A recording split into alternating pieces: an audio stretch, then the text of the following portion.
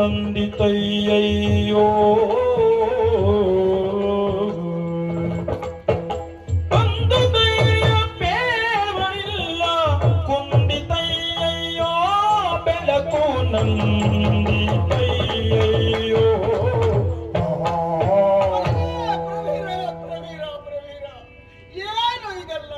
ಬೇಡ ಮಗನೇ, ನಮ್ಮಿಂದ ಸಾಧ್ಯ ಇಲ್ಲ ಅಂತ ಸಾರಿ ಸಾರಿ ಇಲ್ಲ, ನಾನು ಅಸಾಧ್ಯವಾದನ್ನು ಸಾಧಿಸ್ತೇನೆ ಎನ್ನುವ ಹಾಗೆ ಛಲ ತೊಟ್ಟು ಹೊರಟು ಹೋದಿ ಅಲ್ವ ಮಗನೇ. ಮುಂದೆ ಹೋದಂತಹ ನೀನು ಮತ್ತೆ ಯಾವಾಗ ಬರ್ತಿ ಎನ್ನುವ ಹಾಗೆ ನಾವು ಕಾಯ್ತಾ ಇದ್ದವರು. ಆದರೆ ಹೋದಂತಹ ನೀನು ಮರಳಿ ಬಾರದ ಊರಿಗೆ ಹೋಗ್ಬಿಟ್ಟಿಯಲ್ಲ ಮಗನೇ. ಈ ಅಪ್ಪನಿಗೆ ಮುಂದೆ ದಾರಿ ತೋರಿಸುವರು ಯಾರಿದ್ದಾರೆ? ನನ್ನ ಬಾಳಿನ ಭಾಗ್ಯ ಜ್ಯೋತಿ ಆದಂತಹ ನೀನು ಅಳಿದು ಹೋದೆಯಲ್ಲ ಮಗನೇ, ಅಳಿದು ಹೋದೆಯಲ್ಲ ಕಂದ. ಪಂಥದಿಂದ ಪಾರ್ಥನೊಡನೆ ನಿಂತು ಜಯಕ್ಕೆ ಸೆಣಸುತ್ತಿರಲು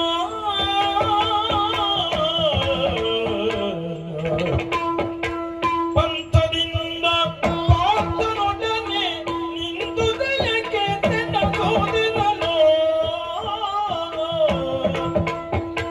ಕುಂತಿಯನ್ನು ಶರವನೆಸೆದು ಕೊರಳ ಅರಿದನೆ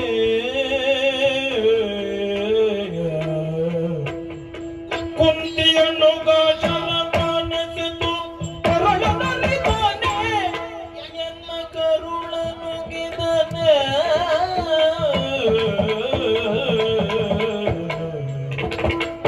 ಕುಂತಿಯನುಗ ಶರವನೆಸೆದು ಕೊರಳನರಿದನೆ ಕೊರಳನರಿದನೆ ಎನ್ನ ಕರುಳ ನುಗಿದನೆ.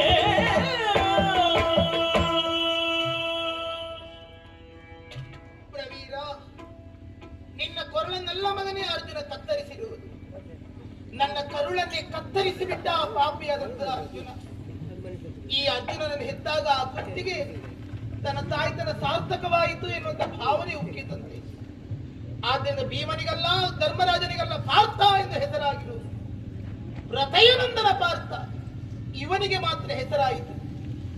ಯಾಕಾಗಿ ಆ ಪ್ರತೆಯ ಬಸಿರು ಸಾರ್ಥಕವಾಯಿತು, ಅವಳ ಒಡಲು ಸಾರ್ಥಕವಾಯಿತು.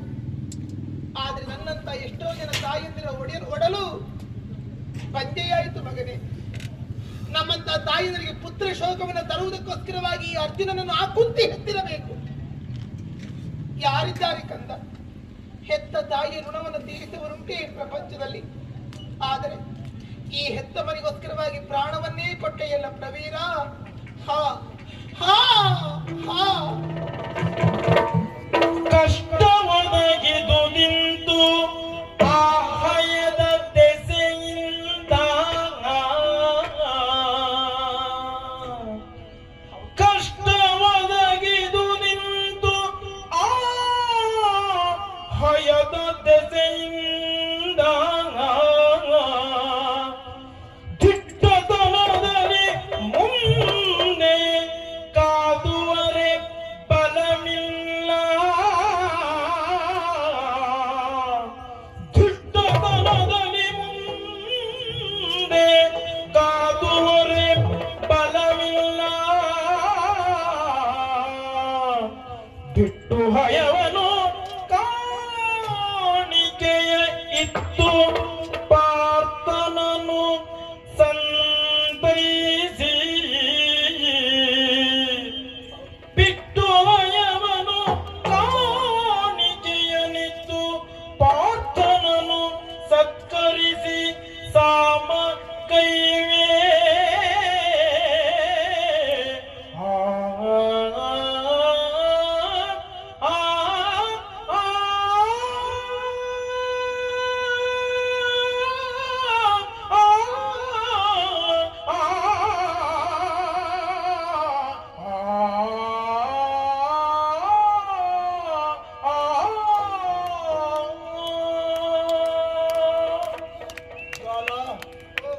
ಈಗ ಮಮ್ಮಲ ಮರುಗಿ ಪ್ರಯೋಜನ ಏನು ಹೇಳು? ನಾವು ಅಳುತ್ತಾ ಪಡುತ್ತುಕೊಂಡ್ರೆ ಸತ್ತ ಮಗನ ಬದುಕಿಸಿಕೊಳ್ಳುವುದಕ್ಕೆ ನಮಗೆ ಸಾಧ್ಯವೇ ಹೇಳು? ಕುಲದ ಕುಡಿ ಇದ್ದ ಒಬ್ಬ ಮಗನನ್ನು ಕಳ್ಕೊಂಡಿದ್ದೇವೆ. ನಾವು ಯೋಚಿಸಿದ್ದು ಕಡಿಮೆ ಆಯಿತು. ಕಷ್ಟ ಒದಗಿದಿತ್ತು ಆ ಹಯದ ದೆಸೆಯಿಂದ. ಯಾವ ಕಾರಣಕ್ಕಾಗಿ ಆ ಹಯ ನಮ್ಮ ಪುರಕ್ಕೆ ಬಂತು, ಯಾಕಾಗಿ ಆ ಕುದುರೆಯನ್ನು ಕಟ್ಟಿದೆವು, ಕಟ್ಟಿದಂತಹ ನಾವು ಬಿಟ್ಟು ಕೊಡದೆ ಕಾದಾಟಕ್ಕೆ ಮುಂದಾದೆವು ನೋಡು. ನಾವು ಯೋಚಿಸಿದ್ದು ಕಡಿಮೆ ಆಯಿತು ಜ್ವಾಲ, ಯೋಚಿಸಿದ್ದು ಕಡಿಮೆ ಆಯಿತು. ಈಗ ಆದರೂ ನಾವು ಚಿಂತನ ಮಂಥನ ಮಾಡಿ ಮುಂದುವರಿಯದೇ ಇದ್ರೆ ಮತ್ತೆ ನಮಗೆ ಬದುಕಿಲ್ಲ ಜ್ವಾಲ, ಬದುಕು ಇಲ್ಲ. ಏನು ಬದುಕು? ಬಂದಂತಹ ಪಾತ್ರರನ್ನು ಹೋರಾಟ ಮಾಡಬೇಕು ಎನ್ನುವ ಹಾಗೆ ನಾವು ಎದೆ ಸೆಟದು ನಿಲ್ಲುವುದಕ್ಕೆ ಸಾಧ್ಯ ಇಲ್ಲ. ಯಾಕೆ ಗೊತ್ತಾ? ಯಾಕಂದ್ರೆ ನಮ್ಮಲ್ಲಿ ಮತ್ತೆ ಬಲ ಇಲ್ಲ. ಪಾರ್ಥರನ್ನು ಚಮಗಡಿಸ್ತೇವೆ ಅಂತ ಹೇಳುವವರು, ನಮಗೆ ಸಹಾಯಕರಾಗಿ ಬರ್ತೇವೆ ಅಂತ ಹೇಳುವವರು ಯಾರೂ ಇಲ್ಲ. ಆದ್ದರಿಂದ ನಾನೊಂದು ನಿರ್ಧಾರಕ್ಕೆ ಬಂದಿದ್ದೇನೆ. ಏನದು? ಕಟ್ಟಿದಂತಹ ಕುದುರೆಯನ್ನು ಬಿಟ್ಟುಕೊಟ್ಟು ಬಂದಂತಹ ಪಾರ್ಥನಿಗೆ ಶರಣಾಗಿ ಯಥಾಶಕ್ತಿ ಕಾಣಿಕೆಯನ್ನು ಕೊಟ್ಟು ಸಂಧಾನ ಎಸಗುವುದೇ ಸರಿ, ಸಂಧಾನ ಎಸಗುವುದೇ ಸರಿ.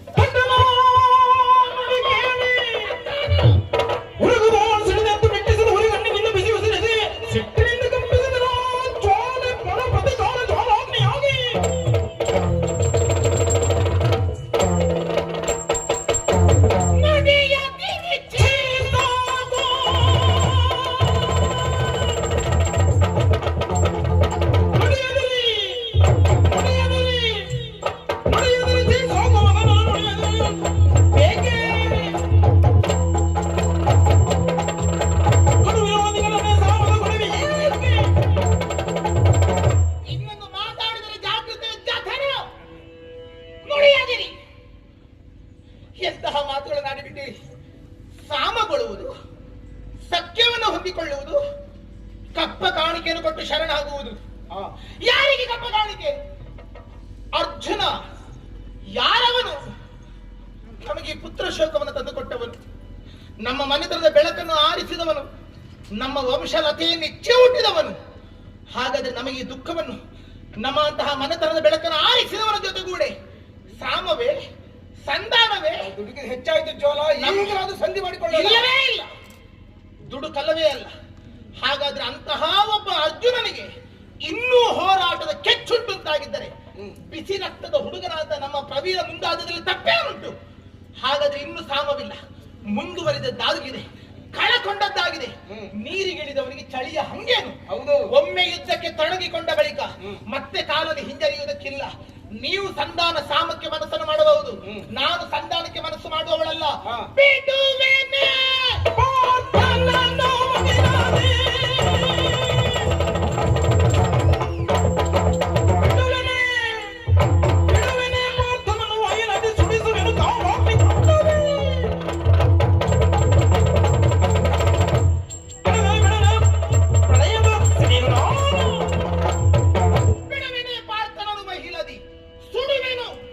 ನನ್ನ ಶೋಕಾಗ್ನಿಯಿಂದಲೇ ದಾವಾಗ್ನಿಯಿಂದಲೇ ಅರ್ಜುನ ನಮಗೆ ಈ ಹೊತ್ತಿಗೆ ಒಬ್ಬ ದ್ವೇಷಿಗನಿದ್ದಾನೆ, ನಮ್ಮ ಕಡುವೆಯಲ್ಲಿದ್ದಾನೆ. ಅಂತಹ ಅರ್ಜುನನ ಕೂಡ ಸಖ್ಯವಲ್ಲ, ಸಾಮವಲ್ಲ. ಅವನನ್ನು ಸುಡದೆ, ಅವನನ್ನು ನಾಶಗೊಳಿಸದೆ ನನ್ನ ಈ ಪುತ್ರ ಶೋಕ ಎನ್ನುವಂಥದ್ದು ಆರುವಂಥದ್ದು ಇಲ್ಲ. ಇನ್ನು ಯುದ್ಧ ಮಾಡುವುದಕ್ಕೆ ಬಲ ಎಲ್ಲಿ? ಅದು ಆಡುವುದು ಸುಲಭವೇ, ಮಾಡುವುದು ಕಷ್ಟ. ಯಾಕೆ ಯೋಚನೆ ಮಾಡುತ್ತೀರಿ? ಮತ್ತೆ ಕೇವಲ ಮಗನಿಗೆ ಮಾತ್ರ ಜನ್ಮ ಕೊಟ್ಟವಳಲ್ಲ, ಹೋರಾಟ ಮಾಡಲಿಕ್ಕೆ ಬಲ ಉಂಟು ನಮ್ಮಲ್ಲಿ. ಉಂಟು. ಎಲ್ಲುಂಟು? ನನ್ನ ಮಗಳಂತಹ ಸ್ವಾಹಳನ್ನು ಮದುವೆ ಮಾಡಿಕೊಟ್ಟಿದ್ದೇನೆ ಅಗ್ನಿದೇವನಿಗೆ. ಮಗನಿಲ್ಲದೆ ಇದ್ದಾಗ ಅಳಿಯನ ಸಹಾಯವನ್ನು ಪಡ್ಕೊಂಡರೆ ಅಪರಾಧಿ ಏನೂ ಅಲ್ಲ. ಆದ್ರಿಂದ ಅಗ್ನಿಯನ್ನೇ ಬರಿಸಿಕೊಳ್ಳೋಣ, ಯುದ್ಧವನ್ನು ಮುಂದುವರಿಸೋಣ, ಅರ್ಜುನನ ನಾಶವನ್ನು ಮಾಡೋಣ. ತಪ್ಪ ಕಾಣಿಕೆ ಕೊಡುವುದಕ್ಕೆ ಅಳಿಯನಾದ್ರೂ ಇರಲೇ ಬೇಡ, ಸುಮ್ಮನೆ ಎಂತದ್ದು ಅಳಿಯನಾದ್ರೂ ಇರಲಿ. ಹೋದ್ರೆ ಕುಲ ಕುಟುಂಬ ಎಲ್ಲ ಹೋಗ್ಲಿ, ಗೊತ್ತಾಯ್ತಲ್ಲ? ಹೋದ್ರೆ ಗೊತ್ತಾಯ್ತಲ್ಲ? ನಾನು ಕೆಚ್ಚಿನ ಹೆಣ್ಣು, ರೊಚ್ಚಿನ ಹೆಣ್ಣು, ದ್ವೇಷ ಸಾಧಿಸುವ ಹೆಣ್ಣು. ನೀವ್ ಯಾವ ಜಾತಿ ಗಂಡಸು ನೀವು? ಅಯ್ಯೋ, ಹೆಣ್ಣಿಗೆ ತೀರಾ ಹಠ ಇರಬಾರ್ದು, ಒಳ್ಳೆದಲ್ಲ. ಗಂಡಸಿಗೆ ಈ ರೀತಿ ನರಸಂತ ಗಂಡಸಾಗಬಾರ್ದು, ಗೊತ್ತಾಯ್ತಲ್ಲ? ಆದ್ರೆ ತನ್ನ ಮಗ ಅಭಿಮನ್ಯುವನ್ನು ಕಳ್ಕೊಂಡಂತ ಅರ್ಜುನನಾದರೂ ಕೋಪದಿಂದ ಸಿಡಿಗಟ್ಟಿದ್ದಾನೆ. ಅರ್ಜುನ ನಮ್ಮ ಅಂತ ಹೇಳಿಕೊಳ್ತೀನಲ್ಲ, ನಾನು ಅರ್ಜುನನ ಅಭಿಮಾನಿ ಅಂತ ಹೇಳಿಕೊಂಡಿವಾಗಿಯೂ ನರ ಅವ್ವ ನಾವೆಲ್ಲ ನರಸತ್ತವ್ರೆ ಅವನ ಎದುರಿನಲ್ಲಿ. ನನಗೆ ಅಂತ ಗಂಡ ಬೇಡ, ಅರ್ಥ ಆಗುದಿಲ್ಲ. ನನಗೆ ಇಂಥ ಗಂಡ ಬೇಡ, ನನಗೆ ಪೌರುಷದ ಗಂಡ ಬೇಕು. ನೀವೀಗ ಅವನನ್ನು ಕರೆಸಿಕೊಂಡು ಯುದ್ಧಕ್ಕೆ ಮುಂದಾಗುತ್ತೀರೋ, ನಿಮಗೆ ಅರ್ಜುನ ಅಂತದ್ದೆಲ್ಲ ನಿಮಗೆ ನೆನಪಾಗುದಿಲ್ಲ ನಿಮಗೆ. ಅಭಿಮನ್ಯು ಸತ್ತಾಗ ಸೈನ್ಯವೇ ಮಾಡೋದಕ್ಕೆ ಪ್ರತಿಷ್ಠೆ ಮಾಡಿದ್ದಾನೆ. ಈ ಗಂಡಸು ಮಗ ಸತ್ತದಕ್ಕೆ ಕಣ್ಣೀರು ಹಾಕುತ್ತದೆ. ಆನೆ ಉಂಡಷ್ಟು ಮತ್ತೆ ಊಟ ಮಾಡ್ಲಿಕ್ಕೆ ಆಗುದಿಲ್ಲ. ಸುಮ್ಮನೆ ಯಾಕೆ ಯೋಚನೆ ಮಾಡ್ತೀವಿ? ಆನೆ ಎತ್ತುವಷ್ಟೇ ಎತ್ತಲಿಕ್ಕೆ ಆಗುತ್ತದೆ, ಆನೆ ಉಣ್ಣುತ್ತದೆ ಅಷ್ಟೇ ಎತ್ತುತ್ತದೆ. ಆಯ್ತಾ? ಆನೆ ಆನೆ ಆನೆ ಲದ್ದೆ ಹಾಕಿದಷ್ಟು ನಮ್ಗೆ ಆಗ್ಲಿಕ್ಕೆ ಆಗುದಿಲ್ಲ. ಹೊಟ್ಟೆಯಲ್ಲಿ ಇಟ್ಟು ಅದು ನಮಗೂ ಗೊತ್ತು ಹೇಳ್ಬಾರ್ದಂತ ಇದನ್ನ ಹೇಳಿದೆ. ಮತ್ತೆ ಮುಂದುವರಿಸ್ತೀನಿ. ನಾನು ಅದಕ್ಕೆ ಅದನ್ನು ಸರಿಯಾಗಿ ಮುಂದುವರಿಸಿಲ್ಲ. ಆನೆ ಮಾಡಿದಷ್ಟು ಕೆಲಸ ಮಾಡ್ಲಿಕ್ಕೆ ಆಗುವಂತ ಗೌರವದಲ್ಲಿ ಮಾಡಿದ್ದು, ನೀವು ಲದ್ದಿ ಹಾಕಿದ್ದು ಮತ್ತೆ ತಾಕಿದ್ದಲ್ಲ. ಗೊತ್ತಾಯ್ತಲ್ಲ? ಹಾಗಾದ್ರೆ ಅಳಿಲು ಮಾಡುವ ಕೆಲಸವನ್ನಾದ್ರೂ ಮಾಡಬೇಕು. ಅಳಿಲು ಏನು ಮಾಡಿದೆ? ರಾಮ ಸೇತುವೆಗೆ ಒಂದಿಷ್ಟು ಮರಳಾದ್ರೂ ತಗೊಂಡು ಹೋಗಿ ಸಹಾಯ ಮಾಡಿದೆ. ಆ ಕೆಲಸ ಆದ್ರೂ ಮಾಡಿದೆ. ಗೊತ್ತಾಯ್ತಲ್ಲ? ಸಹಾಯ ಮಾಡಿ. ಇದು ನರಿ ಬುದ್ಧಿ ಮಾಡಿಕೊಳ್ಬೇಡಿ. ಅಳಿಲು ಹಾರಾಡಿದ್ದಲ್ಲ. ಹೌದಾ? ಹಾಗಾದ್ರೆ ಈ ಹೊತ್ತಿ ನಮ್ಮ ಕೆಲಸ ನಾವು ಮಾಡ್ಬೇಕು. ನೀವು ಅಳಿಲನ್ನು ಬರ್ತಿಕೊಳ್ತೀರಾ ಇಲ್ವಾ? ಅಷ್ಟಾದ್ರೂ ಪ್ರಾರ್ಥನೆ ಮಾಡ್ಲಿಕ್ಕೆ ಆಗ್ತಲ್ಲ? ಗೊತ್ತುಂಟಾ? ಅದಾದ್ರೂ ಮಾಡಿ. ಬೆಳಿಗ್ಗೆ ಎದ್ದುಕೊಂಡು ಪ್ರಾಣಾಯಾಮ ಎಲ್ಲ ಮತ್ತೆ ದೇವರಾಣ ನಿನ್ನನ್ನು ಕಟ್ಟಿಕೊಂಡಿದ್ದರಿಂದ ನಾ ಅದೊಂದು ಪ್ರಾಣಾಯಾಮ ಮಾಡಿದ್ರಿಂದ ಬದುಕುತ್ತೇನೆ. ಯಾವಾಗೋ ಸ್ವಲ್ಪ ಅದೇ ಬೇಡ. ಆ ಯಮನ ಮುಟ್ಟಿ ಬಿಡುದಿಲ್ಲ. ನೀವು ಗೊತ್ತಾಯ್ತಲ್ಲ? ಮಾಡಿದ್ದೇನೆ. ಇದನ್ನು ಕಟ್ಕೊಳ್ಳಿ, ಹಂಗೆ ಕಟ್ಕೊಳ್ಳಿ. ಇದು ಪ್ರಾರ್ಥನೆ ಆದ್ರೂ ಮಾಡಿ. ಗೊತ್ತಾಯ್ತಲ್ಲ?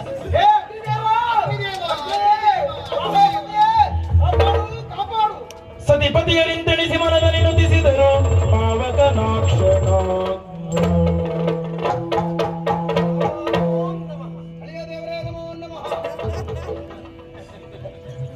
ನನಗೆ ನಮಸ್ಕಾರ ತಡೆದು ಕೊಟ್ಟರು ತೊಂದರೆ ಇಲ್ಲ.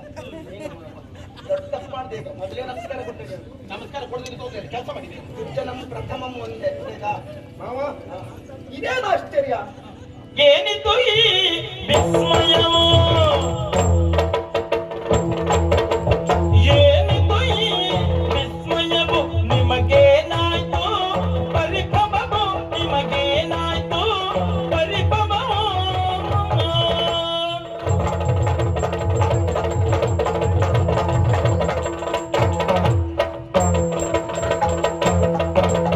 ಕಾಣುತ್ತಿಗುದು ದುಮ್ಮಾನವು ಮುಖದಲ್ಲಿ, ಕಾಣುತ್ತಿಗುದು ದುಮ್ಮಾನವು ಮುಖದಲ್ಲಿ, ಅರಿಯದೇನಾಯ್ತೆಂಬುದ ಅರುಯಿರಿ.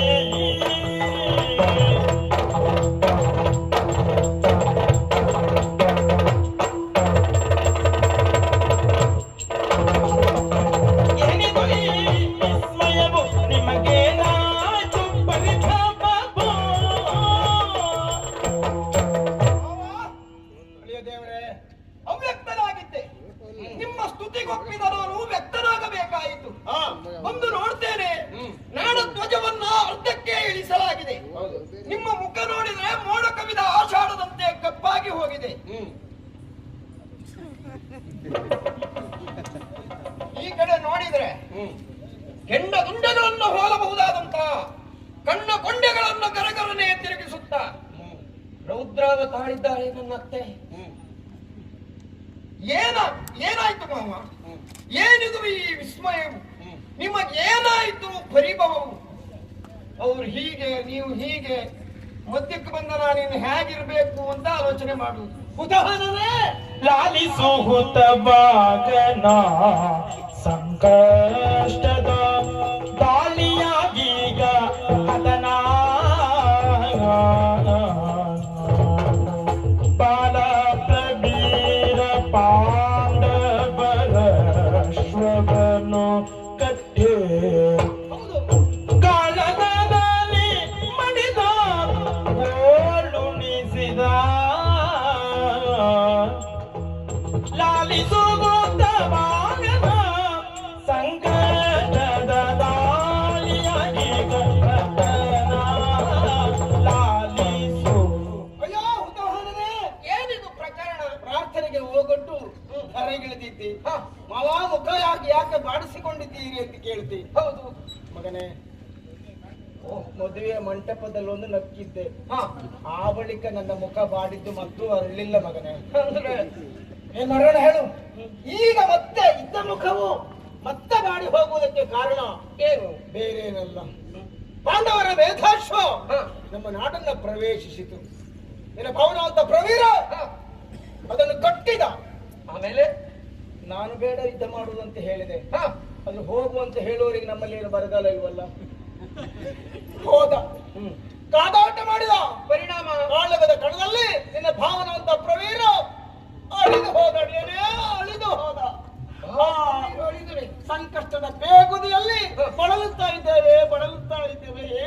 ಹೇಳು, ಸಮಾಧಾನ ಪಡಿಸೋರು ಯಾರಿದ್ದಾರೆ ನಮಗೆ? ಮಾವ, ಯಜ್ಞಾಶ್ವವನ್ನು ನೀವು ಕಟ್ಟುವಲ್ಲಿಯೇ ಆಲೋಚನೆ ಮಾಡಬೇಕಿತ್ತು. ನೀವು ಅತ್ತೆಯವರಲ್ಲಿ ವಿಚಾರಿಸಲಿಲ್ಲ ಅಂತ ಕಾಣ್ತದೆ.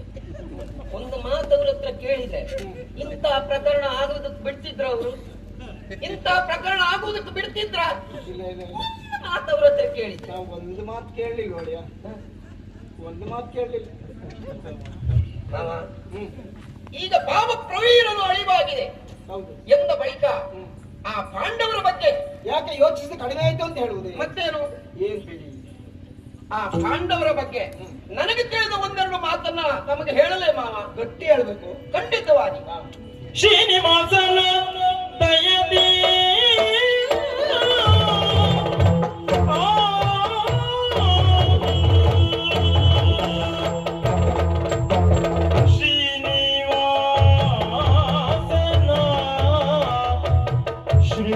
ಶ್ರೀನಿವಾಸನ ದಯದೆ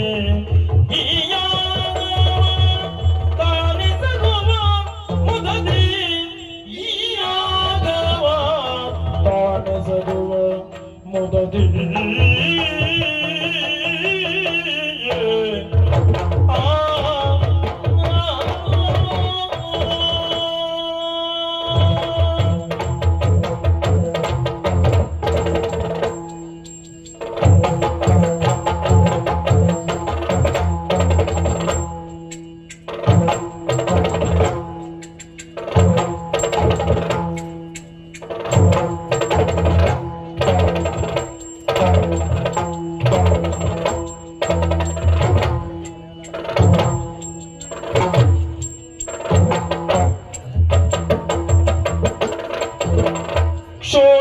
ಧರ್ಮಜ ಸಾಧುಮಾನಿತನೈಸೆ ಶೋಣಿಪ ಧರ್ಮಜ ಸಾಧುಮಾನಿತನೈಸೆ ತಾನು ತೋರುವುದು ಸರಿಯಲ್ಲಿದು ತಾಣವ ತೋರುವುದು ಸರಿಯಲ್ಲ ಸರಿಯಲ್ಲ ಸರಿಯಲ್ಲಿದು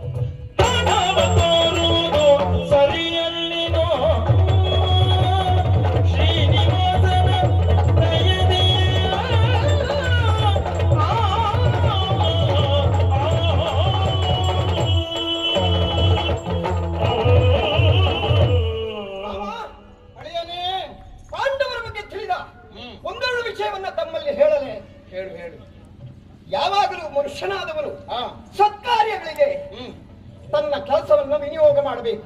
ಆ ಕಡೆ ಕೇಳುವಾಗ ಹೇಳು. ಕ್ಷೋಣಿಪ ಧರ್ಮಜ ಸಾಧು ಮಾನಿತನೈಸೆ. ಹೌದು, ಒಳ್ಳೆಯವ. ನಮ್ಮ ಹಾಗೆ ಪ್ರಪಂಚದಲ್ಲಿ ನಾವು ಒಳ್ಳೆಯ ಕೆಲಸ ಮಾಡುವವರಿಗೆ ಬೆಂಬಲ ಕೊಡ್ಲಿಕ್ಕೆ ಆಗದೆ ಇದ್ರು ಉಪದ್ರ ಅಂತೂ ಕೊಡಬಾರದಂತೆ. ಊಟ ಹಾಕ್ಲಿಕ್ಕೆ ಆಗದೆ ಇದ್ರು ಊಟ ಹಾಕೋರ್ ಮನೆ ಆದ್ರೂ ತೋರಿಸಿ ಕೊಡ್ಬೇಕು ಅಲ್ಲವಾ? ಧರ್ಮರಾಯ ಮಾಡುತ್ತಿರುವುದು ಯಾಗ. ಅದು ಯಾಕೆ ಮಾಡ್ತಾ ಇದ್ದಾನೆ ಅಂತಲೂ ತಮಗೆ ಗೊತ್ತುಂಟು. ಲೋಕಕ್ಷೇಮಕ್ಕೆ, ಕೇವಲ ಅವರ ಕ್ಷೇಮ ಮಾತ್ರ ಅಲ್ಲ. ಅಂತಹ ಒಳ್ಳೆಯವ ಮಾಡುವ ಯಾಗಕ್ಕೆ ನೀವು ನಿಮ್ಮಂತರು ಸಹಾಯ ಮಾಡಬೇಕು. ಬಿಟ್ರೆ ಇದೆಂತದ್ದು ಮಾವ ನೀರು ಹಾಕುವ ಕೆಲಸ.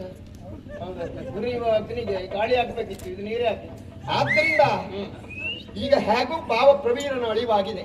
ಹೌದು, ಇನ್ಯಾಕೆ ಯುದ್ಧ ನಮಗೆ ಆ, ಅಗತ್ಯ ಉಂಟಾ? ಹೌದು.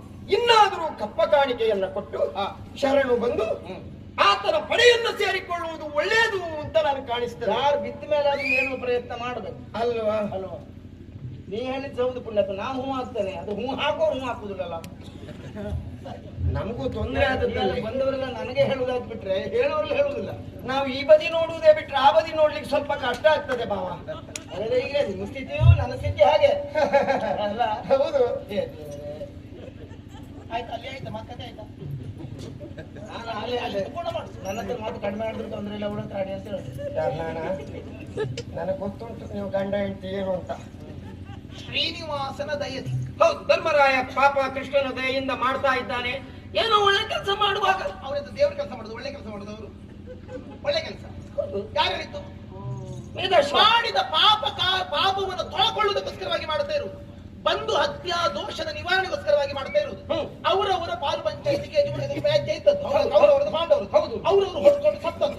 ಹೌದಾ? ಅವರಿಗೆ ಬಂದಂತ ದೋಷಕ್ಕೆ ನಾವಿಂತದಕ್ಕೆ ದೇಣಿಗೆ ಕೊಡಬೇಕು.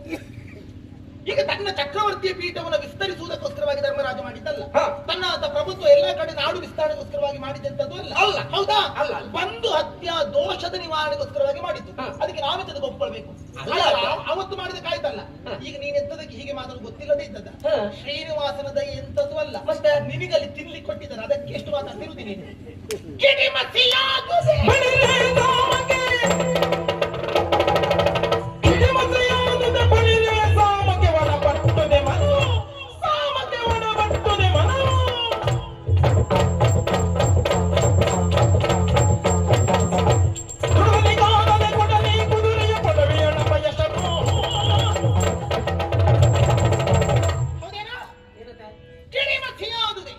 ಉರಿಯುವಂತಹ ಅಗ್ನಿ ಆಗಿರಬೇಕು.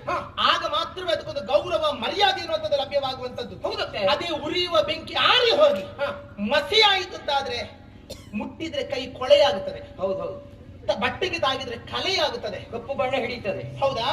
ನೀನಿಗೆ ಯಾರ ಮುಖಕ್ಕೆ ಮಸಿ ಬಳಿಲಿಕ್ಕೆ ಹೊರಟದ್ದು ನೀನು? ಅಂದ್ರೆ ನಿನಗೆ ಯಾಕೆ ನೀನು ಪಾಂಡವರನ್ನು ಹೊಗಳುತ್ತಿದ್ದೀಯ? ಅಯ್ಯೋ ಧರ್ಮಕಾರ್ಯ ನಿರತರು, ಸಾಧು ಮಾನಿತರು ಧರ್ಮಜ. ಹೌದು, ಒಳ್ಳೆ ನಾವೆಂತದ್ದು ನಮ್ಮ ಮನೆಗೆ ಬಂದಂತ ಸಾಧು ಸನ್ಯಾಸಿಗಳ ಗಡ್ಡ ಕೆತ್ತಿ ಕಳಿಸಿದ್ದೇವೆ ನಾವು. ಅದಲ್ಲ ಅತ್ತೆ. ಹೌದಾ? ಅದ್ರ ಅರ್ಥ ಅವ್ರು ಬರಲಿಲ್ಲ, ಅದು ಒಳ್ಳೇದಾಯ್ತು.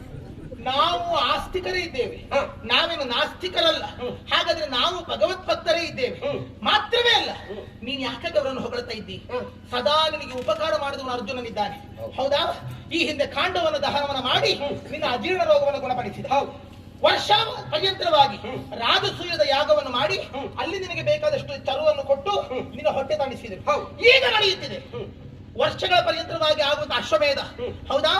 ಆ ಯಜ್ಞದಲ್ಲೂ ಬೇಕಾದಂತಹ ತುಪ್ಪ, ಬೇಕಾದಂತಹ ಪುರೋಡಾಶ, ಚರುವೆಲ್ಲವನ್ನು ಸಮರ್ಪಿಸುತ್ತಾರೆ. ಅವರು ಕೊಟ್ಟದನ್ನು ಚೆನ್ನಾಗಿ ತಿಂದು ಅವರಿಗೆ ಉಪಕಾರ ಮಾಡಲಿಕ್ಕೆ ಹೊರಟಿದ್ಯಾ ನೀನು?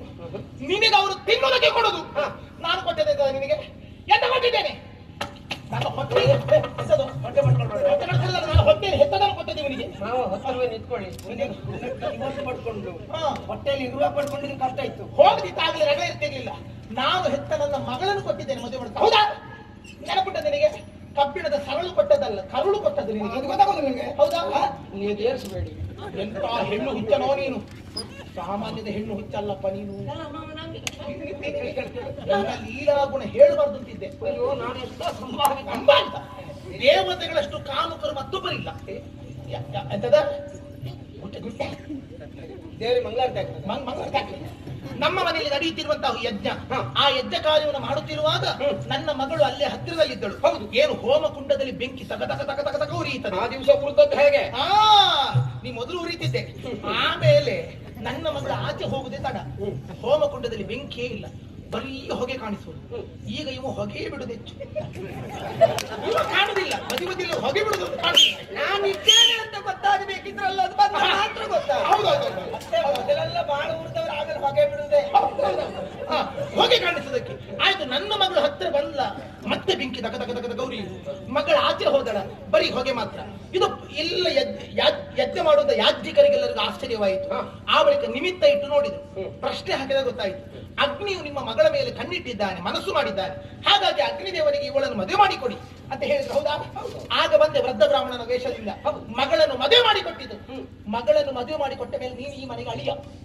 ಹೌದಾ? ಹೌದತ್ತೆ. ನೀನು ಅವರಿಗೆ ದೇವರಾಗಿರು. ಅವರಿಗೆ ಹರಿಯ ಅನುಗ್ರಹ. ಮತ್ತೆ ನೀನ್ ಯಾರು? ನೀನು ಹರಿಯೇ, ಉರಿಯುವ ಹರಿ ನೀನು. ಅವರಿಗೆ ಕರಿಯ ಹರಿಯ ಬೆಂಬಲವಾದರೆ ನಮಗೆ ಉರಿಯುವ ಹರಿಯ ಬೆಂಬಲ. ನೀರು ತುಂಬಾ ಹರಿ ಆಗ್ಬಾರ್ದು ಅಷ್ಟೇ, ಗೊತ್ತಾಯ್ತಾ? ಸಾಕು, ಅದು ಮಾವನಿಗೆ ಸಾಕು, ಗೊತ್ತಾಯ್ತಾ? ಅದು ಮಾವನಿಗೆ ಸಾಕು, ಅಳಿರುವುದು ಬೇಡ.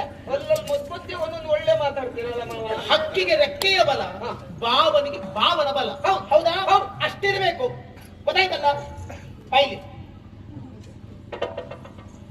ಸಮುದ್ರದಲ್ಲಿ ಒಂದರ ಹಿಂದೆ ಒಂದು ತೆರೆಗಳು ಬರ್ತಾ ಇರ್ತದೆ. ಹೌದು. ಎಲ್ಲಿಯ ತನಕ? ಅದು ದಡದವರೆಗೆ, ದಂಡೆಯವರೆಗೆ, ಮರಳ ದಂಡೆಯವರೆಗೆ. ಹೌದು. ಅದು ಮೀರಿತ ಸಮುದ್ರಕ್ಕೆ ಮರ್ಯಾದೆ ಇಲ್ಲ. ಓ, ಮರಳ ದಂಡೆಯವರೆಗೆ ಮಾತ್ರ ಬರ್ಬೇಕು. ಅಲ್ಲಿದ್ರೆ ಗೌರವ. ಸರ್ಪ, ಹಾವು, ಹುತ್ತದೊಳಗಿದ್ರೆ ಅದಕ್ಕೆ ಪೂಜೆ ಪುನಸ್ಕಾರ ಗೌರವ ಸಲ್ಲಲ್ಪಡುತ್ತದೆ. ಹುತ್ತವನ್ನ ಬಿಟ್ಟು ಮನೆಯ ಅಂಗಳದಲ್ಲಿ ಅಡ್ಡಾಡಿದ್ರೆ, ಹೊರಗೆ ಬಂದ್ರೆ ನಾವೇ ಕೋಲ್ ಹಿಡಿದು ಬಡಿಗೆ ಹಿಡಿದು ಓಡಿಸ್ತೇವೆ. ಅದಕ್ಕೆ ಮರ್ಯಾದೆ ಇಲ್ಲ. ಬೆಂಕಿ ಒಲೆ ಒಳಗಡೆ ಉರಿಯುತ್ತಿದ್ದರೆ ಶಾಖಪಾಕಾದಿಗಳನ್ನು ಸಿದ್ಧ ಮಾಡುತ್ತೇವೆ. ಅದೇ ಬೆಂಕಿ ಒಲೆಯಿಂದ ಹೊರ ಬಂದ್ರೆ ನಾವೇ ನೀರು ಹಾಕಿ ಆರಿಸ್ತೇವೆ. ಮರ್ಯಾದೆ ಇಲ್ಲ. ಹಾಗೆ ಉರಿಯುವ ಬೆಂಕಿ ಸ್ವಸ್ಥಾನದಲ್ಲಿ ಇರ್ಬೇಕು, ಗೊತ್ತಾಯ್ತಲ್ಲ? ಅದೇ ಏನು? ಸಮುದ್ರ ಮರಳ ದಂಡೆಯವರೆಗೆ ಬಂದ್ರೆ ಚಂದ, ಮರ್ಯಾದೆ. ಹಾವು ಹುತ್ತದ ಒಳಗಿದ್ರೆ ಚಂದ, ಮರ್ಯಾದೆ. ಒಲೆಯ ಬೆಂಕಿ ಒಲೆ ಒಳಗಿದ್ರೆ ಅಂದ, ಮರ್ಯಾದೆ. ಹೆಂಗಸು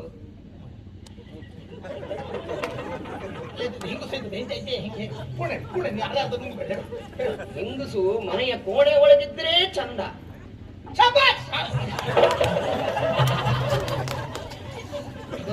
ಎಷ್ಟು ಹೊತ್ತಿಗೆ ಹೇಳುದು ಅಂತ ಹೇಳ್ಕೊಂಡು ನಾಲ್ಗೆ ತುದಿಯಲ್ಲಿ ಈ ಗಂಡಸಿಗೆ ಅಂದ್ರೆ ಹೊಟ್ಟೆಲಿತ್ತು ಮೊದಲೇ ಹೇಳ್ಬೇಕು ಅಂತ ಹೇಳ್ಕೊಂಡು. ಹೌದಾ? ಮತ್ತೆ ನಾಳೆಗೆ ಹೇಳ್ತಿದ್ದಾರೆ ಆಡ್ಲಿಕ್ಕುಂಟ ಆಲಿಕ್ಕುಂಟ ಎಂತದಪ್ಪ ಹೆಂಗಸು? ಇದು ನಾನ್ ನಿಮ್ಗೆ ಗೊತ್ತಿಲ್ಲ ಅಂತ ಹೇಳುವುದಲ್ಲ, ನಿಮ್ಗೆ ಎಲ್ಲವೂ ಗೊತ್ತುಂಟು ಆದ್ರೂ ಹೇಳುದು. ಎಂತದಪ್ಪ ಹೆಂಗಸ ಎಂತದಕ್ಕೆ ಒಳಗಿರ್ಬೇಕು? ಮಾತಾಡಿದ್ದು ನೀ ಗಟ್ಟಿ ಮಾತಾಡು, ತೊಂದ್ರೆ ಇಲ್ಲ. ಹೆಣ್ಣು ಮಾತಾಡಿದ್ದು ಮನೆಯ ಮಾಡಿ ಕೇಳಬಾರ್ದಂತೆ, ಆರ್ಯೋನಿಷ್ಠ ಅಂತ. ಸತ್ಯ, ನೀ ಹೇಳಿ ಸತ್ಯ. ಹೆಣ್ಣು ಮನೆ ಒಳಗಡೆ ಇರಬೇಕು ಅಲ್ವಾ? ಯಾಕಿರ್ಬೇಕು? ಹೆಣ್ಣಿಗೆ ಮನೆಯೇ ಲೋಕ, ಗಂಡಸಿಗೆ ಲೋಕವೇ ಮನೆ. ಸರಿ. ಆದ್ರಿಂದ ಗಂಡಸು ಹೊರಗಿನ ಕಾರ್ಯ ತತ್ಪರನಾದರೆ ಹೆಣ್ಣು ಮನೆ ಒಳಗಿನ ಮನೆ ವಾರ್ತೆ. ಮತ್ತೆ ಹೆಂಗಸಿನ ಧ್ವನಿ ಮನೆ ಹೊರಗಡೆ ಕೇಳಬಾರ್ದು. ಮಾಡಿ ಕೇಳಬಾರ್ದು. ಕೇಳಬಾರ್ದಲ್ವಾ? ಹೌದು, ನನಗೂ ಗೊತ್ತುಂಟು. ಏನು ಮಾಡುವ ಅಳಿಯ? ಗಂಡು ಕೋಳಿಯೇ ಕೂಗಬೇಕು, ಹೆಣ್ಣು ಕೋಳಿ ಕೂಗಬಾರದು. ಆದ್ರೆ ಎಂತ ಮಾಡುವ? ನಮ್ಮಲ್ಲಿದ್ದಂತ ಗಂಡು ಕೋಳಿ ಚಂಡಿ ಕೋಳಿ ಹಾಗೆ ಕೂಡುತ್ತದೆ, ತಲೆಯೇ ಎತ್ತುವುದಿಲ್ಲ. ಮತ್ತೆ ಇನ್ನೇನು ಮಾಡುದು? ಯಾವ್ದಾದ್ರು ಕೂಗಬೇಡವಾ? ನೀವು ಅಪರೂಪಕ್ಕೊಂದ್ಸಲ ಕೂಗುದಿಲ್ಲ? ಹೌದಾ? ಅಪರೂಪಕ್ಕೆ ಎಂತದ ದಿನವೂ ಕೂಗ್ಬೇಕಂತ ಉಂಟು. ಕೂಗ್ಲಿಕ್ಕೆ ಆ ಕಡೆಯಿಂದ ಸಹಕಾರ ಬೇಕಲ್ಲ. ಅದೇ ಹೇಳಿದ್ದು.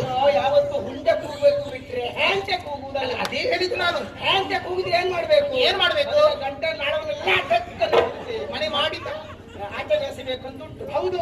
ಎಂತ ಮಾಡಿ ಓದಿಬೇಕಂತಿದ್ದೆ ಇದ್ದೆ. ಅಷ್ಟು ಕುತ್ತಿ ಕೈಗೆ ಆಗಲ್ಲ, ಸಾಕಾಗುದಿಲ್ಲ ಕೈಯಲ್ವಾ? ಸ್ವಲ್ಪವ ಎಂತದಲ್ಲ, ಯೋಚನೆ ಮಾಡು. ಗಂಡಸು ಮನೆ ವಾರ್ತೆಯನ್ನು ನೋಡಿಕೊಳ್ಳುತ್ತಿರುವುದಲ್ಲ, ಲೋಕವೇ ಮನೆಯನ್ನು ತಿಳಿದಂತ ಗಂಡಸು ಮನೆಯ ಮರ್ಯಾದೆಯನ್ನು ಉಳಿಸುವುದಕ್ಕೆ ಹೊರಗಡೆ ಹೋಗಬೇಕು. ಆದ್ರೆ ನಮ್ಮನೆ ಗಂಡಸು ಮನೆ ಅಂಗಳಕ್ಕೆ ಕಾಲ ಹಾಕುವುದಕ್ಕೆ ಹೆದರ್ತದೆ. ಹಾಗೆ ಮನೆಯ ಮರ್ಯಾದೆ ಉಳಿಸುವುದು ಯಾರು? ನಾನೇ ಇದ್ದೇನೆ. ಈಗ ನೀನು ಯುದ್ಧ ಮಾಡುತ್ತೀಯ, ಉರಿಯುವ ಬೆಂಕಿ ಆಗುತ್ತೀಯ, ಜ್ವಾಲೆಗೆ ಸರಿಯಾದ ಅಳಿಯ ಅಗ್ನಿ ಆಗು. ಗೊತ್ತಾಯ್ತಲ್ಲ? ನೀನು ದೇವರ ಅಗ್ನಿ ಆಗಿ ನಮಗೆ ಬೇಡ, ಅಳಿಯ ಅಗ್ನಿಯಾಗಿ ಅವರು ಮಾಡಬೇಕು. ಜ್ವಾಲೆಯ ಅಗ್ನಿ ಆಗುತ್ತೀಯ ಆಗು, ಮಸಿ ಕೆಂಡ ಆಗುತ್ತೀಯ ನಿವಾಳಿಸು.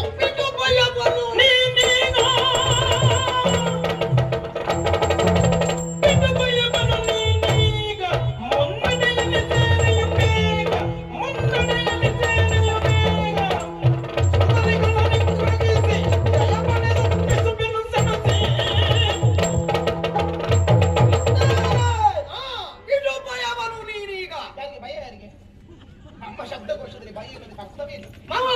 ನೀವು ಬಿಡಿ ಭಯವನ್ನೀಗ. ಅದು ಸರಿ, ಅದು ಸರಿ.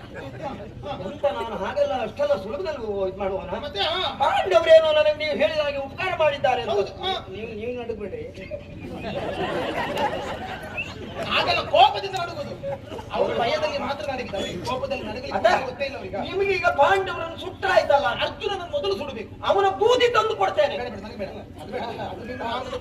ಮಾಡಿ ಕುಡಿಲಿಕ್ಕೆ ಇಲ್ಲ, ಅವರು ಅದು ಅವರ ಕುಟುಂಬದವರು ಹಾಕಿದ್ದಾರೆ ಬೇಕಾದ್ರೆ. ಅದು ನಮಗೆ ಬೇಡ. ನನಗೆ ಅರ್ಜುನ ಸುಟ್ಟದ್ದು ಗೊತ್ತಾಗಬೇಕು ನೋಡಿ.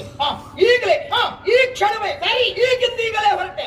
ಕೊಡಿ ಅಪ್ಪಣೆ. ಅಪ್ಪಣೆ ನನ್ನದು ಯಾವಾಗಲೂ ಉಂಟು. ನಿನ್ನನ್ನು ಕರ್ಸಿಕೊಂಡದ್ದು ಅದಕ್ಕೆ, ಕೆಲಸ ಮಾಡೋದಕ್ಕೆ. ಆಯ್ತಲ್ಲ? ಅಲ್ಲಿ ಅವ್ರ ಹತ್ರ ಹೇಳು. ನಾನು ಯುದ್ಧಕ್ಕೆ ಹೋಗುವವನಿದ್ದೇನೆ, ಒಂದು ಅಪ್ಪಣೆ ಕೊಡಿ. ಬಹಳ ಒಳ್ಳೆದಾಯ್ತು. ಅಂತೂ ಇಲ್ಲಿಗೆ ಬಂದಿಯಲ್ಲ, ಬಂದ ಮೇಲೆ ಇನ್ನು ಮುಂದೆ ನೀ ಎಷ್ಟು ಕೆಲಸ ಮಾಡ್ತೀಯೋ ನನಗೆ ಗೊತ್ತಾಗುತ್ತದೆ. ಆದ್ರಿಂದ ಆದಷ್ಟು ಬೇಗ ಹೋಗಿ ವಿಜಯಿಯಾಗಿ ಬಾ, ವಿಜಯಿಯಾಗಿ ಬಾ. ಹೋಗುದಿಲ್ಲ ಈಗ. ಅದು ನೋಡಿ ಅದು ಹೌದಾ? ನಮ್ಮನೆ ಗಂಡಸರ ವ್ಯವಹಾರ ನೋಡಿ. ಬಂದ ಹುಡುಗನೇ ಮನೆ ಅಳಿಯನೇ ಹೊರಡ್ತಾನೆ, ಈ ಮನೆಯ ಮಾವ ಒಳಗೋಗಿ ಮಲ್ಕೊಳ್ಳಿಕ್ಕೆ ಹೋಗ್ತಾನೆ. ಈ ಕೋಳಿ ಕೂಗುದಿಲ್ಲ ಹೌದತ್ತೆ. ಹೌದಾ? ಅದೇ ಹೇಳಿದ್ದು. ಕೆಲಸ ಮಾಡುವಾಗ ಹುಡುಗರು ಮಕ್ಕಳು ಇರುವಾಗ ಮತ್ತೆ ನಾವು ಸಾಲದು ನೀವು ಮುಂದೆ ಹೋಗ್ಬೇಕು. ಈಗ ಮೂಲ ಬಲ ಸಹಿತ ನೀವು ಮುಂದೆ ಹೋಗ್ಬೇಕು. ಮಾತ್ರ ಅಲ್ಲ, ನೀವು ಈ ಯುದ್ಧಕ್ಕೆ ಹೋಗಬೇಕು. ಬರುವಾಗ ನನಗೆ ಜಯದ ವಾರ್ತೆ ಸಿಗಬೇಕು. ಅಲ್ವ ಈಗ ನಾನು ಇದಕ್ಕೆ ಹೋಗ್ಬೇಕಾ? ನೀವೀಗ ಹೋಗ್ಬೇಕು. ಮಗನ ಕಳ್ಕೊಂಡಿದ್ದೆ. ತೊಂದ್ರೆ ಇಲ್ಲ, ನಾನು ಮುಖ ಸರಿ ತೊಳ್ಕೊಳ್ತೇನೆ. ಅಲ್ಲ, ಅಗಲವಾದ ಮುಖ ತೊಳೆಯಲಿಕ್ಕೆ ಕಷ್ಟ ಆಗ್ಬೋದು. ಇಲ್ಲ ಸಂತೋಷ ಪಡ್ತೇನೆ ನಾನು. ಒಂದು ಕೊನೆಯ ಕ್ಷಣದಲ್ಲಾದ್ರೂ ನನ್ನ ಗಂಡ ವೀರ ಅಂತ ಒಂದು ನಾನು ವೀರಮರಣವನ್ನು ಅಪ್ತೇನೆ ತಿಂದು ಹೇಳಿದಾರೆ. ನೀವು ಹೆದರ್ತಿರೋದು ಅದಕ್ಕೆ ಅಲ್ವಾ? ನೋಡು, ಕ್ಷತ್ರಿಯ ಹಾಗೆ ಒಬ್ಬ ಕ್ಷತ್ರಿಯ ಇರ್ಬೇಕು ಹೇಗೆ? ಅಲ್ಲ ಅದೇ ನೀವು ನಾನು ಕಟ್ಕೊಂಡದ್ದೇ. ನೋಡ್ಕೊಳ್ಳಿಕ್ಕೆ ಹೋಗುದ್ರೊಳಗೆ ಧೈರ್ಯ ಕಳಿಸಿದ್ರೆ ಧೈರ್ಯದಲ್ಲಿ ಹೇಳಿದ್ದು. ನನ್ನ ಮರಣ ಮತ್ತೆ ಆಗುವುದು ಬೇಡ. ಏನ ಮರಣ ಆಗುದಿಲ್ಲ, ಗೊತ್ತಾಯ್ತಲ್ಲ. ಅವನು ಹುಡುಗ ಇದ್ದಾನೆ, ಅವ ಹಾಡ್ತಾನೆ. ಮತ್ತೊಂದು, ಈಗ ಇವರಲ್ಲಿ ಹಿಂದೆ ಬಿಟ್ಟು ನೀ ಮುಂದೆ ಹೋಗ್ಬೇಡ. ಇಲ್ಲಪ್ಪ, ಮತ್ತೆ ತಿರುಗಿ ಬಂದು ನಗು ನಗುತ್ತಾ ಬರ್ಬೇಕು. ಮತ್ತೆ ತಲೆ ಕೆಳಗೆ ಹಾಕಿ ಮತ್ತೆ ಜಾಗ್ರತೆ.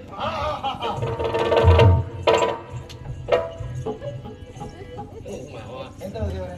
ಸತ್ಯ ಹೇಳಿ, ನನಗೊಂದು ಸ್ವಲ್ಪ ಹೊತ್ತು ಬಂದವನಿಗೆ ಎಲ್ಲಿಗೆ ಎದ್ದು ಓಡುವುದು ಅಂತ ಗೊತ್ತಾಗಲಿಲ್ಲ. ನೀವು ಜೀವಮಾನ ಹಿಡಿ ಇವಳೊಟ್ಟಿಗೆ ಹಾಕೊಳ್ಳೋದ್ರಿ ಮಾವ. ಅದು ಕೆಲವು ಸಲ ಪೆಟ್ಟು ತಿಂದು ತಿಂದು ಅಭ್ಯಾಸ ಆದವರಿಗೆ ಮೈ ಜಡ್ಡು ಕೊಟ್ಟು ಹೋಗುದು. ಹಾಗೆ ಕೇಳಿ ಕೇಳಿ ಕೇಳಿ ನನಗೆ ಸಾಕಾಗಿ ಹೋಗಿ ದಿವ್ಸೂ ಹೀಗೆ ನೀವು? ಇದೇ ಪ್ರಸಂಗ, ಬೇರೆ ಪ್ರಸಂಗವೇ ಇಲ್ಲ. ಹೌದಾ? ಅವಳಿದ್ದಲ್ಲಿ ಇದೆ. ಹಾಗಾದ್ರೆ ಅವರ ಮನಸ್ಸನ್ನಾದ್ರೂ ತಣಿಸ್ಬೇಕು ಅಂತ ನಾವು ಯುದ್ಧ ಕ್ಷೇತ್ರಕ್ಕೆ ಹೋಗ್ಬೇಕು. ನೋಡಿ ಏನ್ ಮಾಡ್ತೀನಿ ನೋಡಿ. ನಾನು ಮುಂದೆ ಹೋಗ್ತೇನೆ, ನೀವು ನಿಧಾನ ಹಿಂದಿಂದ ಬನ್ನಿ. ಆಯ್ತಾಯ್ತು, ಹಿಂದೆ